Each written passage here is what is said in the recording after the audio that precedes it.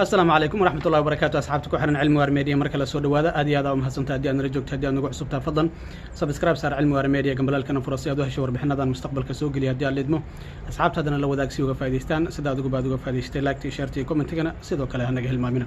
وربحنا ذا ما أنت دي هي وحكم ذا قرصوري محكمة السر إيمي كوني بارت ومدحوينا دونالد ترامب ومقعابي لحية لباتنكي بشي سبتمبر هره أي حالي أقل كسنة كه أي أنصحيين كدي مركي مددير أي كدوديين إن حالي فيدكي أي أنصحيين وعد أغلبية أي كو أنصحيين iyadoo konton iyo laba xubnood ay u codeysay halka 48 xubnoodna ay diideen waxaana ay bedelaysaa Justice Ginsburg oo 18kii bishii September geeriyootay kadib markii in muddaha cudurka kansarka ay la xanuunsanaysay halka hal xubin oo kaliya oo xisbiga dimuqraadiga ka tirsan oo Susan Collins ayaa maya u codeysay oo May laga soo doortay isla markaana sanadkan dib u doorasho galaysa iyadoo dhammaan xubnaha dimuqraadiyiintana ay maya u codeeyeen oo ay diideen maadaama magacaabisteeda ay ku tilmaameen mid lagu degdegay oo ay sheegeen in loo baahnaa in shacabka Mareykanka fursad loo siiyo inay go'aan gaaraan oo madaxweynaha ay doortaan doorashada 3 November dhacayso madaxweynahaasi oo magacaabo garsooraha buuxinaya booskii Justice Ginsburg ay banaysay laakiin madaxweynaha Donald Trump arintaas waa uu diiday isla markaana wuxuu magacaabay Amy Coney Barrett xalay ayay cod ka heshay iyadoo isla xalay saacad kadib markii codka ay heshayna xaflad lagu dhaarinayay lagu qabtay aqalka cad Mitch McConnell oo gudoomiyaha aqlabiyadda ayaa la arkay xalay markii codka loo qaaday oo la ansixiyay garsoore Amy Coney Barrett isagoo sulasha taagaya oo dhahayo waan ku guuleysanay codkeena waan siinay garsooraha marka xafladda lagu qabtay aqalka cad oo xaflad kooban ahayd ayaa waxaa la arkayay in dadku intooda badan maaskaraati xirnaayeen isla markaana kala fogaasho ay jirtay iyadoo magacaabisteedii 26kii bishii September ay noqotay 14 qof ay magacaabisteedii oo ka qayb gashay cudurka coronavirus uu ku dhacay madaxweynaha iyo xaaskiisa ay kamid ahaayeen laakiin markan dadka intooda badan maaskaraati ay xirnaayeen madaxweynaha Donald Trump oo ugu horeyn ka hadlay xafladda ayaa amaanay garsooraha uu magacaabay Amy Coney Barrett waxaana uu sheegay inay tahay qof caqli badan isla markaana shaqada loo xil saaray si wanaagsan uga soo bixi doonta iyadoo sidoo kalena uu dhaariyay mid ka mid ah garsoorayaasha maxkamadda sare oo la yiraahdo Clarence Thomas oo 78 jir ah ayaa dhaariyay iyadoo uu garab taagnaa saygeeda Jesse Amy Coney Barrett waa 48 jir waxaana ay jaamacadda sharciga ay ka qalin jibisay sanadkii 1997 waxay leedahay 7 caruur oo laba kamid ah ay ka soo wadatay dalka Haiti isla markaana ay soo korsatay laba madow iyo 5 iyada ay dhashay iyadoo markii sidoo kale la dhaariyay kadibna goobta ay ka hadashay isla markaana ay xaqiijisay in ay shaqadeeda uga soo bixi doonto iyadoo aan sida inta awoodeeda ah waxaana ay sheegtay sidoo kale in waajibkeeda ay gudan doonto iyadoo cidna aan ka baqaynin cidna aan u axaanin isla markaana aan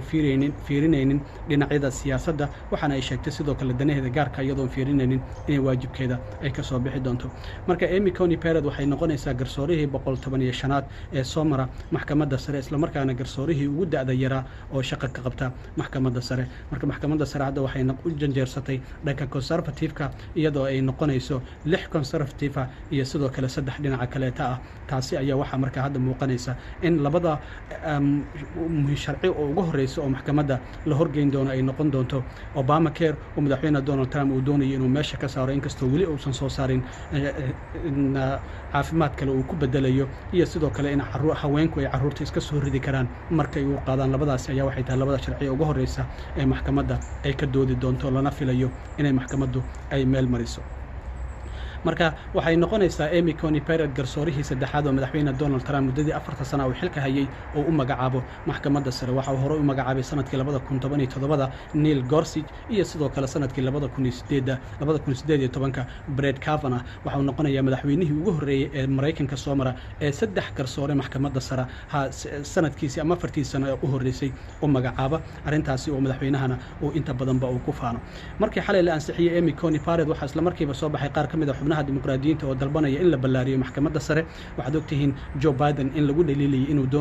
doonayo haddii madaxtinimada uu ku guuleysto in la ballaariyo Ilhan Umar iyo sidoo kale Alexander Ocasio-Cortez oo Minnesota iyo New York laga soo kala doortay ayaa xalay Twitterkooda waxay ku soo qoreen waxa la gaaray xilligii la ballaarin lahaa maxkamadda sare marka dimuqraadiyiinta waxay leeyihiin maxkamadda sare maadaama hadda dhanka conservative-ka ay u janjeersatay waa in 11 xubnood la gaarsiiyaa garsoorayaasha halka hadda 9 ay ka yihiin Joe Biden oo musharax xisbiga dimuqraadiga oo usbuucii hadda la soo dhaafay la weydiiyey su-aashaasi mar waraysi uu siinayay 60 minute waxa uu sheegay in haddii la doorto uu samayn doono guddi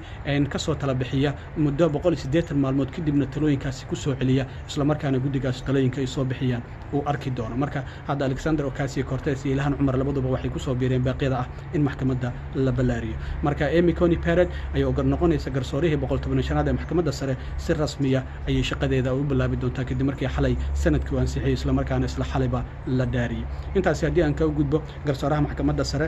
dhinaca walaha doorashada si wanaagsan ayuu ku socdaa hadda 7 maalmood oo kaliya ayaa doorashadii madaxtinimada ka harsan talaadadeeda kale ayaa loo dareeri doonaa doorashada inkastoo hadda in ka badan 60 milyan oo qof ay codkooda ay dhiibteen doorashada hordhacaya guud ahaan gobolada wadanka ka socota marka afti cusub oo la qaaday ayaa waxay muujisay in Joe Biden musharax xisbiga dimuqraadiga uu ka horeeyo madaxweyne Donald Trump gobolada inta badan lagu dagaalamo oo ka yihiin Michigan, Wisconsin iyo Pennsylvania marka waa gobolada ugu muhiimsan oo madaxweyne Donald Trump sanadkii 2016 uu ku guuleystay oo codadkooda helay Trump shalay 3 meel oo kala duwan ayuu ka ololeeyay gobolka Pennsylvania iyadoo ay noqonayso 9 mar oo kala duwan ayuu madaxweyne Donald Trump uu ka ololeeyay gobolka Pennsylvania waa gobol muhiim ah oo qofka madaxweyne noqonayo inuu ku guuleysto ay tahay halka Joe Biden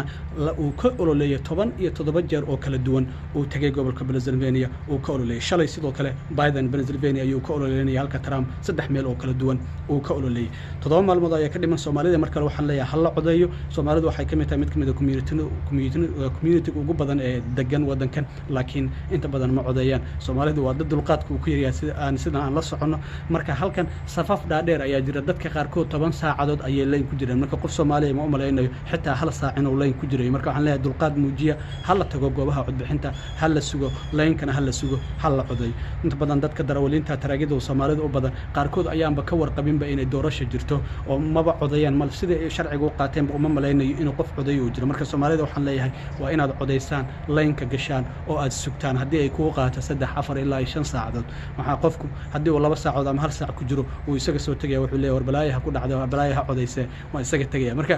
waxaan leeyahay Soomaalida dulqaad muujiya ee codeeya codkiina dhiibta codkiina waa muhiim wax buu bedeli karaa hadii codkiigu waxba ma tarayo waxba ma bedeli karo hal qof kasta codkiisu wax buu bedeli karaa marka la Soomaalida ayaan baaqaasi u jeedinaya dhinaca arrimaha cudurka coronavirus ka aan ku sii socdo toddobaadkii la soo dhaafay waxa la leeyahay nus milyan kiisas ayaa laga diiwaan geliyay guud ahaan wadanka Mareykanka hadda kiisaska Mareykanka 8 milyan iyo 700 kun ayay kor u sii dhaafeen 9 milyan ayay ku dhow yihiin dhimashadana 225 kun ayay kor u dhaaftay 225 kun iyo 700 oo qof ayaa hadda kor u sii dhaafaysa iyadoo kiisaskana 37 gobol waa 36 gobol ay hadda kiisaska sare u kacayaan 2 gobol ay hoos u dhacayaan halka 12 gobolna ay dhaxdhaxaad yihiin marka waxa muuqanaysa in kiisaskuna mar kale ay sare u sii kacayaan magaalada Philadelphia ee gobolka Pennsylvania xalay rabshado ayaa ka dhacay kooxaha u ololeeya nolosha dadka madowga micna ay leedahay mar kale mudaharaad ka bilaabay kadib markii boolisku ay xalay toogteen nin madow ah oo 27 jir ah oo la yiraahdo Walter Wallace Jr. booliska ayaa waxay sheegeen 2 askari ayaa toogatay ninkan waana dhintay waxna boolisku ay sheegeen inuu mid gacanta uu ku waday booliska xagoodana uu soo aaday isla markaana uu diiday inuu midida tuuro sidaasna ay ku toogteen isla markaana isbitaalka markii la geeyay lagu dhawaaqay inuu dhintay rabshadahana xalay boolisku ilaa hadda 10 qof ka badan ay xireen ayaa leeyahay waxana sidoo kale jirtay in goobo la gubay isla markaana la bilaqaystay iyadoo haddana ay wali rabshaduhu ay sii socdaan qoyska Walter Wallace Jr. waxay sheegeen in ninkan xanuunka maskaxda uu qabay isla markaana daawooyin uu qaadanayay hadda marka waxa halkaas ka socda in wali booliska iyo dadka rabshadaha wada mudaharaadka wada ay soo taagan yihiin waxay noqonaysaa mar kale oo qof madow ah ay gacanta ciidamada booliska uu ku geeriyooday gudaha wadanka Mareykanka iyana ognahay rabshadihii ka dhashay George Floyd iyo sidoo kalena Jacob Blake oo isagana dhamaadkii bishii May ay 7 xabood askari cadaan oo ku dhuftay magaalada Kenosha ee gobolka Wisconsin marka warbixinadii ugu dambeeyay oo aan maanta idii hayay mar kale Soomaalida waxaan leeyahay hal la codeeyo dulqaad hal la muujiyo leenkana hal la galo iyaan la dhihin leenkan waa dheer yahay mana sugi karo intaan mar kale kulmi doono waa saaxiibkeen Cilmi Waare oo idin leh sida iyo nabadgelyo